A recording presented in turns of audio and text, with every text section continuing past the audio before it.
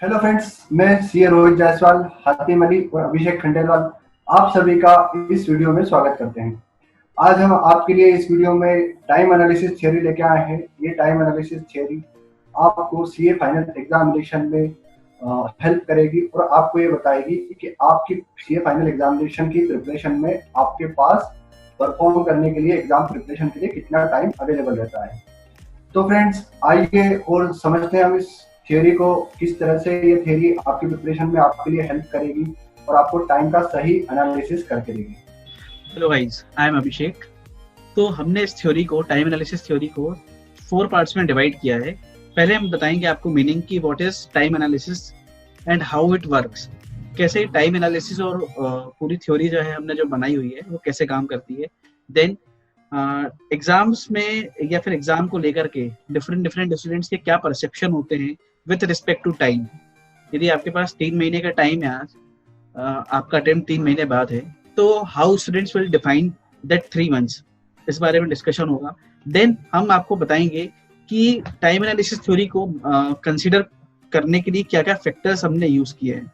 मतलब ये time analysis करते टाइम आपको क्या क्या फैक्टर्स को देखना है, कंसीडर करना है। देन आपको बताया जाएगा कि किस तरीके से आपको एग्जाम की पूरी प्लानिंग करनी है, आपको टाइम एनालिसिस थ्योरी को कैसे इंप्लीमेंट करना है, और उसको कंक्लूड करेंगे वीडियो को।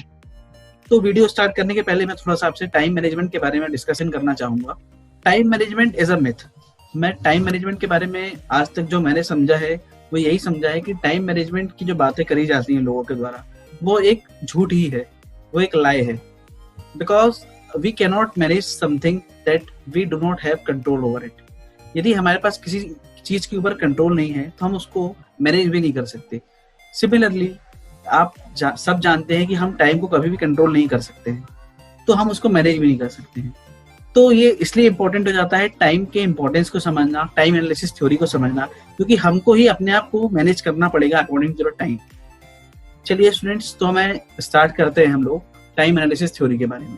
टाइम एनालिसिस थ्योरी क्या होती है हम समझते हैं। टाइम एनालिसिस थ्योरी का मतलब क्या होता है? टाइम का एनालिसिस करना। टाइम का एनालिसिस करना मतलब क्या? यहाँ पर हम दो फैक्टर को कंसीडर करेंगे, एक तो अवेलेबिलिटी ऑफ टाइम, दूसरा यूटिलाइजेशन ऑफ टाइम। तो अवेलेबिलिटी ऑफ टाइम को कैसे निकालना, ये हम आगे थोड़ा सा इसके बारे में डिस्कस करेंगे, और जो कुछ टाइम हमारे पास में अवेलेबल आया है उसका कैसे इफेक्टिव यूटिलाइजेशन करना। तो यही दो चीजें हम हमारी इस टाइम एनालिसिस थ्योरी के अंदर डिस्कस करेंगे। अब ये जो अगला पार्ट है हमारा रोहित जी बताएंगे इसके बारे में। दोस्तों, जैसा कि हतीम ने आपको बताया कि टाइम एनालिसिस थियोरी क्या है, तो इस टाइम एनालिसिस थियोरी को हम आगे ले जाते हैं और आपको बताते हैं कि टाइम को लोग किस तरह से डिफाइन करते हैं। तो अगर हम बात करें हमारे सीए फाइनल एग्जामिनेशन की, तो नॉर्मली हमारे पास 3 मंथ्स का टाइम अवेलेबल होता है।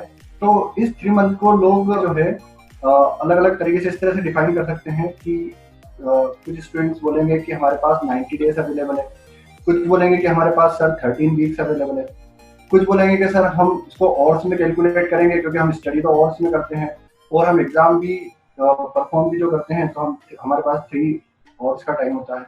तो हमारे पास सर ऐसे करके 2160 आवर्स अवेलेबल।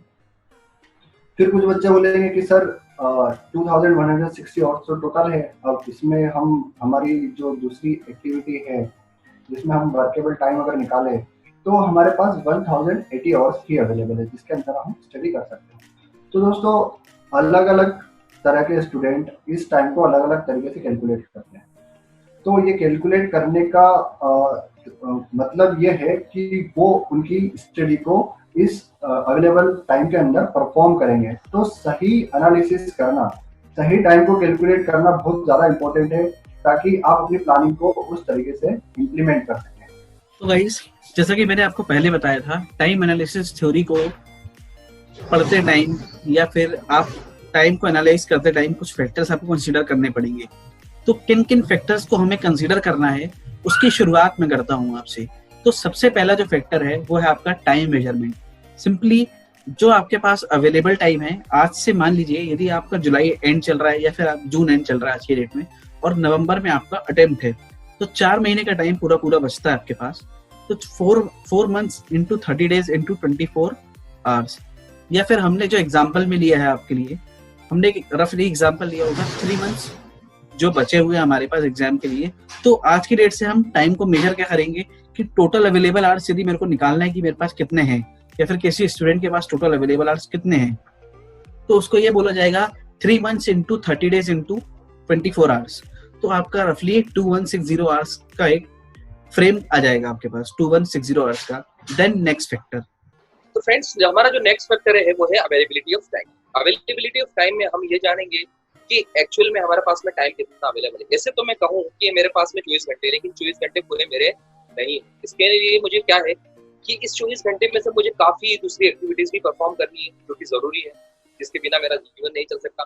तो आपके पास में जितना टाइम इफेक्टिव एक टाइम आपके पास में स्टडी के लिए अवेलेबल होता है, वही अवेलेबिलिटी ऑफ टाइम। तो अवेलेबिलिटी ऑफ टाइम यही बताता है कि आपके पास में एक्चुअल में टाइम कितना अवेलेबल है, वही आपका सही टाइम है, वही आपका टाइम। दोस्तों जैसा कि आपको हादिम ने बताया कि आपके पास स्टडी परफॉर्म करने के लिए कितना टाइम अवेलेबल है, वो टाइम आपके लिए अवेलेबल तो है, पर उसमें क्या आप स्टडी कर पाएंगे ये जानना भी हमारे लिए जरूरी है। तो इसके लिए अगला फैक्टर हमने जो लेके आए हैं वो है loss of time. Loss of time एक ऐसा फैक्टर है जो कि आप सभी को कंसीडर करना चाहिए, जिससे कि आप आपके रियल टाइम पे आ सकें कि आपके पास रियल टाइम परफॉर्मेंस के लिए कितना है। तो दोस्तों लॉस ऑफ टाइम को हमने 2 पार्ट्स में क्लासीफाई किया है। फर्स्ट है नॉर्मल लॉस ऑफ टाइम और दूसरा है abnormal loss of time. Normal loss of time को हम समझ सकते हैं इस तरह से कि जैसे कि आपकी कोई डेली रूटीन एक्टिविटी होती है जो कि आपको परफॉर्म करना है, और आपका उस एक्टिविटी के कारण आप पढ़ाई नहीं कर पा रहे हैं, आप स्टडी परफॉर्म नहीं कर पा रहे हैं और आपका टाइम लॉस हो जाता है। हम सभी जानते हैं इस तरह की एक्टिविटी अलग अलग स्टूडेंट के लिए अलग अलग सिचुएशन में अलग अलग हो सकती है। तो इस नॉर्मल टाइम लॉस को भी हमें कंसीडर करना चाहिए। दूसरा एबनॉर्मल लॉस ऑफ टाइम है। ये एबनॉर्मल लॉस ऑफ टाइम का मतलब हम समझ सकते हैं कि जिस टाइम का हम लोगों ने पहले से कभी एस्टिमेशन नहीं किया है, जिस टाइम को हमने पहले कभी डिफाइन नहीं किया है कि ये टाइम हमारा किसी भी कारण से लॉस हो सकता है, जिससे कि ऐसी सिचुएशंस आ सकती है जिसे कि आप अवॉइड नहीं कर सकते हैं। अगर आपकी फैमिली में कुछ फंक्शन होता है या तो आपको कोई डिसीज हो जाती है, आप हॉस्पिटलाइज हो जाते हैं और आप ऐसी सर्कमस्टेंसेस जो कि आपके कंट्रोल में नहीं है, तो वो लॉस ऐसी सिचुएशन के कारण आपका टाइम लॉस होगा और उसके लिए आपको पहले से प्रोविजन बनाना चाहिए, ताकि आपके पास स्टडी के लिए टाइम जो रहेगा वो आपको पहले से पता रहेगा कि आपके पास रियल टाइम कितना अवेलेबल है। तो दोस्तों इस लॉस ऑफ टाइम को भी हमें कंसीडर करना चाहिए हमारी स्टडी प्लानिंग में, और हमें सही टाइम का पता चल सके। तो इस तरह से हम अगर बैलेंस टाइम हमारे पास कितना है, तो वो हम इस तरह से कैलकुलेट कर सकते हैं कि जो हमारे पास पहले अवेलेबल टाइम था, जो हमने पहले से ही कैलकुलेशन कर लिया था ओरली मेथड में, फिर उसमें से हम नॉर्मल लॉस ऑफ टाइम और एबनॉर्मल लॉस ऑफ टाइम को माइनस करेंगे, और फिर हमारे पास जो टाइम बचेगा वो हमारे पास स्टडी करने के लिए रियल टाइम अवेलेबल रहेगा, तो जिसमें हम हमारी स्टडी को परफॉर्म कर सकते हैं। तो गाइस जैसा कि आपको भी बताया गया कि बैलेंस टाइम कैसे कैलकुलेट होगा आपका। नाउ जो हमारा बेस बनेगा स्टडी का वो अपना बैलेंस टाइम ही बचेगा। उसी टाइम में बैलेंस टाइम पे ही हमको अपना शेड्यूल बनाना पड़ेगा, अपने आप को प्रिपेयर करना पड़ेगा, अपने सब्जेक्ट्स का एनालिसिस करने पड़ेंगे कि हमको कितने आवर्स हमारे पास टोटल बैलेंस टाइम अवेलेबल है। उन्हीं अवेलेबल टाइम में हमको बैलेंस आवर्स में ही हमको उस सब्जेक्ट्स के डिवीजन को हमने किए हुए हैं उसमें कंप्लीट भी करना है, प्लस उनका रिवीजन भी करना है। मतलब 2 पहलू होते हैं किसी भी चीज के, एक होता है एक प्लानिंग, दूसरे होता है इम्प्लीमेंटेशन। तो जो टाइम एनालिसिस हमने किया अभी तक, जो एक टाइम एनालिसिस थ्योरी को लगा करके आप बैलेंस टाइम तक पहुंचेंगे, वो होगी आपकी प्लानिंग।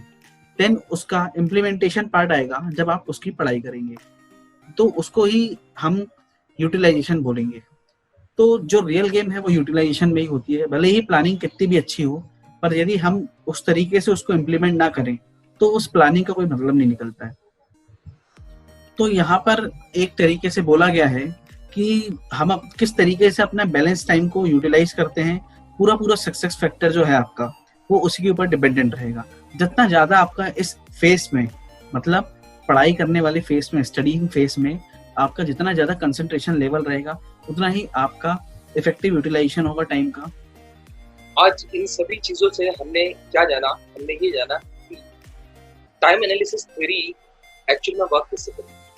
टाइम एनालिसिस थ्योरी में क्या था, हमने सबसे पहले जाना कि जो टाइम एनालिसिस थ्योरी थी उससे हमें इफेक्टिव टाइम पता चला।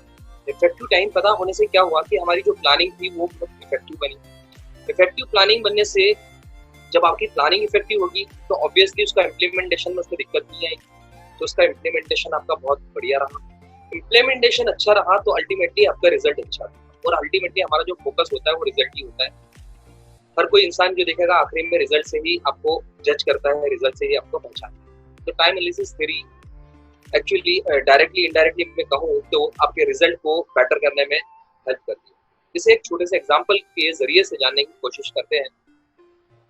क्या था, मैं आपको कहूँ कि आपको एक 5 किलोमीटर का ग्राउंड दिया है, इस 5 किलोमीटर के ग्राउंड में आप साइकिल चला कर, तो क्या करा आपने, कुछ देखा नहीं, ग्राउंड वगैरह नहीं देखा, सिर्फ आपने साइकिल उठाई और आप साइकिल चलाने चले गए। थोड़ी देर साइकिल चलाई तो आपने क्या देखा कि थोड़ी दूर जाते ही आपको एक हर्डल दिखा। अब हर्डल के ऊपर तो साइकिल चला नहीं सकते हो, आप साइकिल से उतरे, उस हर्डल को हटाया, फिर साइकिल पर बैठे, फिर आप आगे बढ़ने लगे। फिर आगे बढ़ा तो और कोई दिक्कत आई, फिर उस दिक्कत को हटाने के लिए फिर आप साइकिल से उतरे, फिर साइकिल पर बैठे। देखो आप यहाँ पर बात समझने की ये है कि आपका टाइम कैसे जा रहा है। आप साइकिल पे से उतर रहे हो, फिर साइकिल पे बैठ रहे हो, अपना माइंड सेट कर रहे हो, फिर आगे बढ़ रहे हो, फिर उतर रहे हो, फिर बैठ रहे हो, फिर माइंड सेट कर रहे हो। तो कहीं ना कहीं ये आपके गोल से आपको दूर कर रहा है। मतलब क्या था कि आप जिस हिसाब से स्मूथली जो परफॉर्मेंस की बात करें, एक स्मूथली परफॉर्मेंस नहीं दे पा रहे हो, आपको दिक्कत आ रही है। यदि आप साइकिल चलाने के पहले ही ये डिटरमाइन कर पाते, ये एस्टिमेट कर पाते कि आपको कहाँ कहाँ कौन कौन सी दिक्कतें आ रही है, उस दिक्कत को आप पहले से ही दूर कर देते, तो आपको क्या करना था, सिर्फ आपको साइकिल लेनी थी और अपने गोल तक जाना था। तो ऐसे ही टाइम एनालिसिस थ्योरी वर्क करती है। यहाँ पर हम क्या करते हैं, जब आप टाइमिंग की बात करते हैं, जब हम एग्जाम के लिए शेड्यूल बनाने की बात करते हैं, उसके लिए सबसे इंपॉर्टेंट होता है टाइम। तो आप टाइम बिल्कुल सही डिटरमाइन कर पाओगे ना, तो बेटा आपका शेड्यूल बनाने में दिक्कत नहीं होगी। जैसे आपने स्टडी के एक बार आप स्टडी पे बैठ गए तो आपके पास में दिक्कत नहीं आएगी, मुझे ये काम भी करना है या मुझे वो काम भी करना है। तो डायरेक्टली आप क्या होगा, आपका जो पूरा का पूरा फोकस होगा वो स्टडी पर ही होगा, जिससे आपका स्ट्रेस लेवल बहुत कम हो जाएगा और आपका अल्टीमेटली गोल अचीव हो जाएगा। यही था हमारी आज की थ्योरी का कंक्लूजन। हमारे इस वीडियो को देखने के लिए बहुत ही बहुत शुक्रिया।